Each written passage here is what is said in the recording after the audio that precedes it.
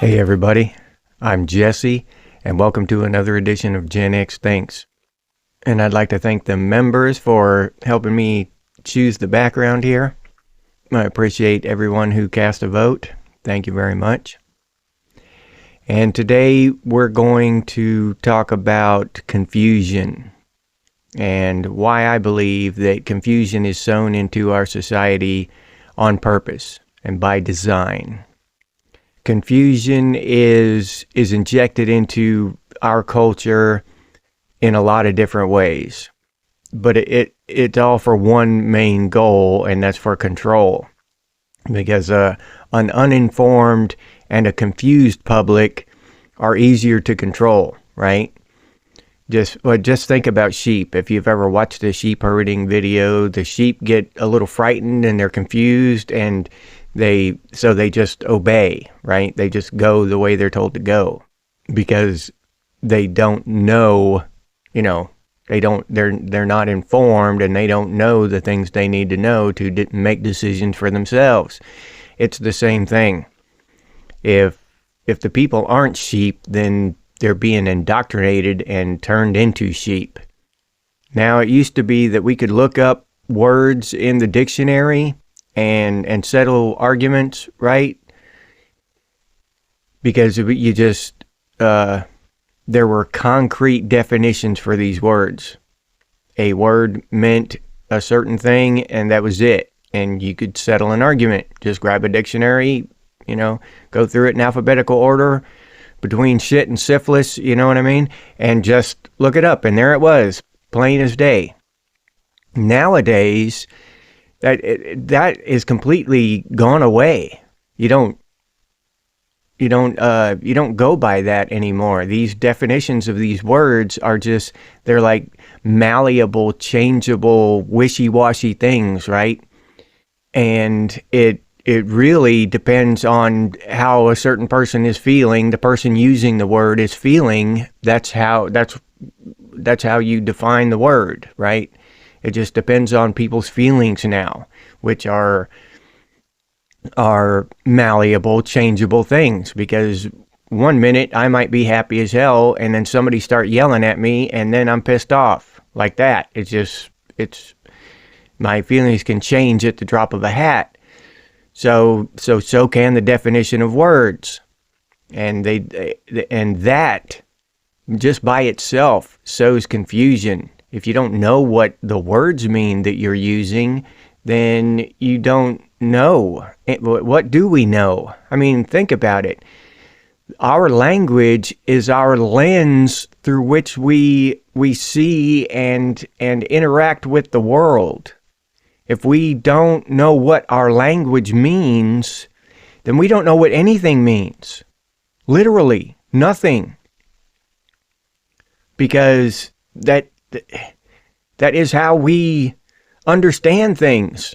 If you make the language so impermanent and, it's like a cat chasing that laser pointer thing, if you make the language so malleable and pliable and changeable, there's no concrete, solid definitions for these words, then it's just confusion, and it takes the foundation of belief and nationhood and all these other core things that we have in our society and in our culture, and erodes them underneath our feet. Because how do I explain what I believe if I don't even know the definition of these words?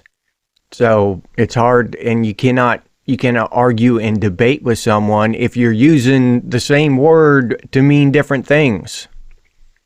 You don't even know why you're arguing at that point. What are you debating? The definition of a word? Because you got off of your subject, and now you're just talking about a word. So this stuff is really important, our language. And that harkens back to the book 1984, the movie, because that is how they controlled people, with language and thought. If they can control your language, then they can control you. They can control how you think. They can They can get rid of 90% of the words that we use, and then we can't even understand what, what's happening in our government, all the government fraud. If the word fraud isn't in our language, or if the word fraud has all these different definitions, fraud could be good. Fraud could be a wonderful thing. I've got half the population cheering for fraud. It's wonderful. So that's a really dangerous road to go down, is to allow our language to be manipulated like that. And now with Elon Musk and Doge, it's just obvious now how they're doing it. The deep state, the federal government, has been paying the media directly, just cutting them checks directly to the media, right? CNN, NBC, CSNBC, Fox, all of them, they just cut them checks, which, now that I look back, makes a lot of sense, because when you look at these numbers that I run across once in a while, and MSNBC has got like a quarter of the views of Alex Jones or Tucker Carlson, their shows, but their CEO is making $100 million a year, and they've got 1,000 people working for him on this huge company and stuff. Now, by rights, if they hadn't been subsidized by the government, they would have folded years ago. Now, within the last 10, 15 years, something like that, just they have been bleeding viewers, and now they're just really they're a non-entity, right? Nobody hardly watches it. Maybe some old people that have just been watching them forever, and that's the channel they put on every day, and they sit there and they watch their news every day, like I always have since 1953. That kind of shit. But other than that, nobody watches that shit. And that's one of the things. I did watch Fox News during the Trump administration. I'd never really watched news before that, never really gave much of a shit, didn't pay attention. Then when Trump got elected, when Trump was running, and I was paying attention to what he was saying, and so then I started watching Fox News. But then one time during his administration, he sat down with some news reporters, and he was lambasting the MSNBC and all the fake news. And he promoted like One America News Network and some other smaller news networks that I'd never heard of at the time, and talked about what a good job they were doing. Well, the Fox representative, I forget who it was. I just know it wasn't Tucker Carlson, but the Fox reporter asked Trump, was trying to get Trump to say that Fox was good. And he was like, "What about us, Mr. President? We're on your side. We're all for truth and justice and all that stuff." And Trump looks at him and he says, "Meh, you're not as bad as some of them, but you're all right, I guess." And then Trump went back to talking about these smaller ones, and then the dude did it again, and Trump said the same thing. He said, "You're all right. There's worse, but Fox is okay." And then they wrapped it up. But that really opened my eyes. I was like, I thought Fox was just hardcore, hard-hitting truth. You know what I mean? But then when Trump treated him like that, and me being able to talk about this in this video from, what was it now, 7-8 years ago, something like that, and it was just a thing I watched once, but that stuck in my head. So that tells you how much it stuck in my head. I remember that. And him, just how surprised I was that he wasn't just, all Fox News, because they talk good about him. But there's something going on behind the scenes, and that I didn't catch. But Trump knew, and he wouldn't just, give Fox News his wholehearted support. He just wouldn't do it, because he knew they were up to some shit. So, and I haven't watched Fox News anymore. I quit watching Fox News. But anyway, that kind of thing. So they are 100%, or were, not are. Doge, hopefully Doge put the kibosh on that shit. But they were, and they have been for decades, paying these media companies directly through USAID and these other, I don't know what those things are called, these other systems or whatever, and just cutting the media checks. And that's why the media, when you can look at the stats, but the media, they're the word racism from like the year 2000, the times that the word racism is said in the big news networks just skyrocketed during after 2000, and then it dropped back down, and then during the Trump administration it skyrocketed again. You know, these talking heads saying racism, racism, racism, racism. And that's how it goes. And they're using the word incorrectly, but that seeps into our culture. It seeps into society, that new definition of the word, or that non-definition of the word, because it's just kind of a gray, vague thing. What is racism now, right? So that is how they put these words and manipulate our language through the media.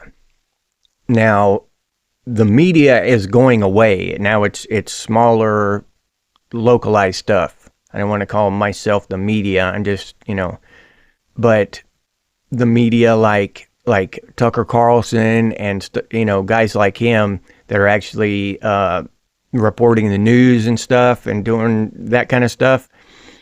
But that's where it is now, in smaller packets, smaller independent people, and there are just too many of them to control. You can't go around and nitpick and control all these thousands of little media people, right? But you can just manipulate 4 big companies, and you just send down, I don't know if you've seen those, but they'll show clip after clip after clip of the news broadcasters in different media companies in different states, all saying the exact same thing verbatim. They send it down what they're supposed to say. They send it to the head, and the head sends it down to the feet and all the toes, and they all say the exact same thing. They're just parrots squawking. They don't have any actual real input into it. And I watched a broadcast out of a news organization in Canada years ago, and the two broadcasters, the two anchors, it was a man and a woman, and it was live, and they zoomed in on them and stuff, and they put their stuff down, and they said, "We're being told what to say. This is not news anymore. So we quit. I'm going to go write a book." And then it was a man and a woman, and the woman said, "I'm going to go write a book." And the guy said, "And I'm going back to school." And they got up, they took their stuff off and walked off the set, and the set was just empty. Yeah. So, and that's been going on for years. I watched that years ago. They have been told what to say. They have been given a line of dialogue, and they have just mouthed the words, and the words are empty without any thought or feeling. They're just moving their muscles in their mouth. That's all they're doing. And that's what they get paid to do. If they don't, they're gone. They'll get replaced with someone who will. Just like Tucker Carlson just got fired last year, and he had to start his own thing.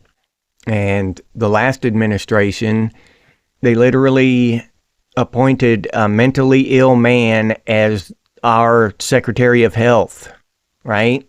This dude was just obviously mentally ill, but using language and manipulating our language, they made that something to applaud. And there were people that were applauding that decision to make this man who very obviously needs psychiatric help, or at least counseling and stuff, and to make him the head of our health department. our health, put him in charge of our health.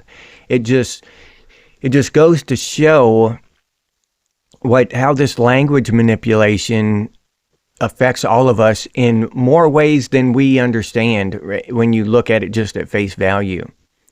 Now, before that, even they made a man Woman of the Year, and women applauded. Women applauded it. Oh, it's beautiful. It's a beautiful thing.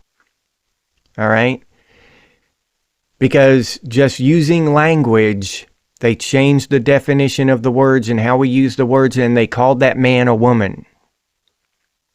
So then they could give a woman's prize, a woman's hard-earned decoration, hard-earned award to a man who just, his entire thing, I mean, he won the decathlon and stuff, but the whole reason for winning the award is just because he said, I'm a woman. So this confusion and that is confusion. For a man to think he's a woman is confusion. And that's being pushed down into society and through the education system as well. These kids are being transitioned and stuff and taught to think that they're the wrong sex in the educational system. Now I saw a thing where one of those actresses said that she had 3 kids. One was non-binary, one was fluid, and one was trans. Now, just strictly mathematically speaking, the odds of one person having 100% children with those conditions is just astronomical. The numbers are so far out there, gazillions and stuff to one. Basically impossible. It's not going to happen. So, and that just tells you that it's these women who are pushing this on these kids, these young, impressionable kids. They're 3, 5 years old, and it's a boy, and he grabs his sister's doll, and he starts combing her hair, and so he's automatically needs to start getting hormones, and he's fluid, and all this shit. You know what I mean? That's perfectly normal behavior.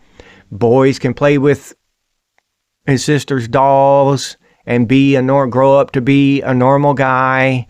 Girls can play in the mud and roughhouse with the boys and be a tomboy and grow up to be a normal, happy woman. That's why this has been changed, right? And again, it's language. This is the tool of the manipulation.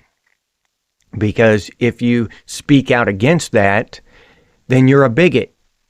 I'm a bigot because I said that maybe those kids aren't trans. Maybe they're just normal kids maybe it's just a boy who likes dolls. Maybe it's just a girl who likes mud. They don't think about that though. They don't think about that. So I'm a bigot. I'm a transphobe because I believe that little girls can like to play in the mud. I believe that some little boys can like to play with dolls, go through a phase where they like to play with dolls. Hell, and nothing wrong with that. But to chop off his wiener because he liked to play with dolls, there's something wrong with that now. Now we've gone too far. But just protecting children now is bigotry, right? Because we've manipulated the language and changed the definition of the word bigot. Wanting to secure our borders and wanting jobs for every person of every color in the United States, that's racism now, right?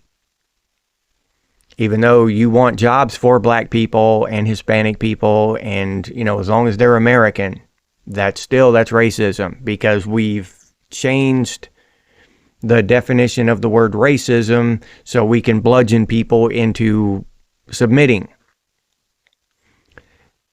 And that's why we need to just, in my opinion, just own these words. I'm a bigot. I'm a racist. What are you going to do about it? And the same thing that happened with the media went on with social media. Now we just had, who was that? Mark Zuckerberg come on to Joe Rogan, and he said, the Biden administration made us do it. I'm just a normal guy. I'm not an alien. I like MMA, and I like meat, and I like guy stuff. That's me. I'm just a regular guy. And the Biden administration made us do it. Now, I specifically remember them censoring Trump, Facebook censoring Trump back in 2015 when he was running against Hillary Clinton. They censored him through the presidential race, and through his entire administration, they censored him. They were flat out against him, and Mark Zuckerberg just forgets about that. He likes to just ignore that. He pretends that didn't happen. It was all the Biden administration. But the Biden administration didn't exist in 2015 when he was censoring Trump. The Biden administration didn't exist back when he canceled Alex Jones and all this stuff, right? He and Facebook did this stuff at the behest of the deep state, which, as anybody with common sense can see, that bumbling Joe Biden was not at the helm and steering our country. He was not even a good puppet, but he was a puppet, barely even a puppet. And that the same people that were pulling his strings were pulling Obama's strings, were pulling George Bush's strings, were pulling Bill Clinton's strings. It's been the same puppeteer the entire time, puppeteers, right?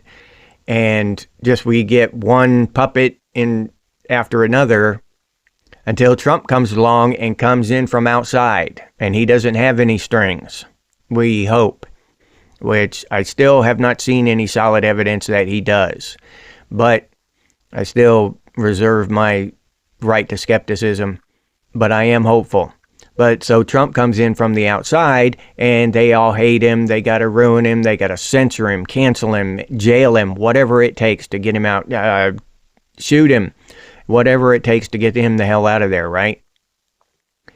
And this deep state that's behind these puppets is what is actually running. That's what's funneling all this money through USAID and all this, and that deep state is these unelected bureaucrats that are back there, and they get their orders from above, and it's this stuff is done, and the information is given to them on a need to know basis, right?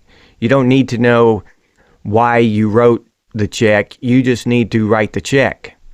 All right. You don't need to know why this money is going to Facebook or Twitter or wherever. You just need to write the check. And if you ask why are we writing a check to Facebook, then your ass is out of there, and they'll get somebody else in there who won't ask why. Okay, so that's why these people are selected and weeded out to where they don't ask questions. They have no soul, no moral compunction, that a morality, a twinge that tells them, maybe this is wrong. That's not who's in there.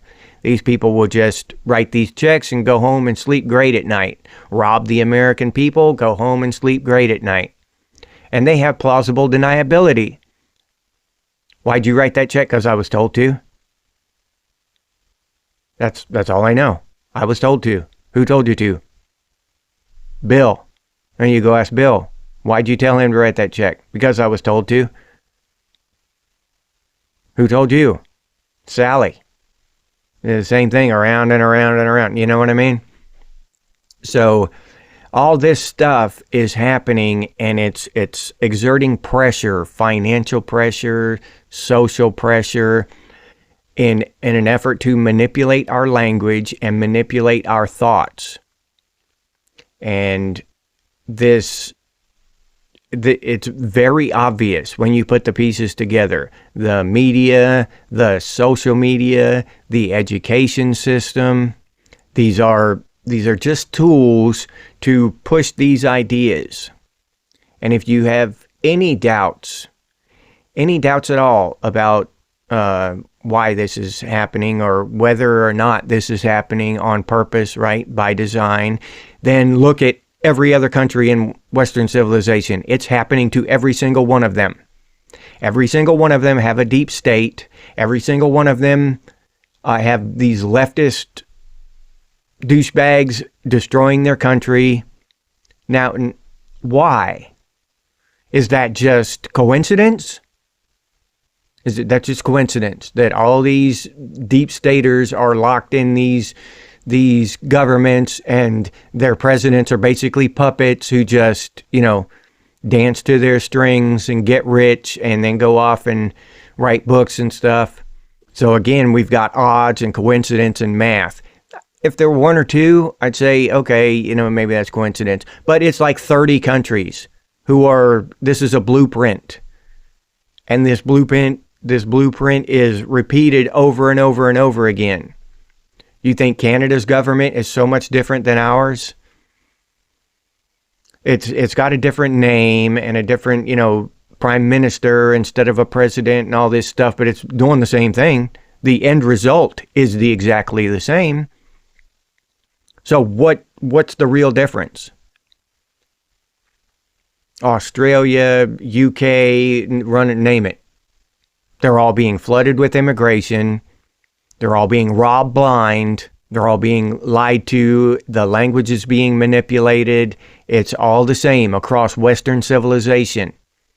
That cannot be coincidence. And that's why I say it's by design. Because these media, social media, they're being paid off directly with our taxpayer money. The government's robbing us and giving these media organizations our taxpayer money to lie to us. They're either paying off these social media companies, or they are, just putting pressure on them through blackmail and different ways. I think they're just paying them off too, though. That's why I say it's by design. And it's right out of the 1984 playbook, to manipulate the language and to confuse people. If you confuse people, then they're not, they're easier to control. Confusion.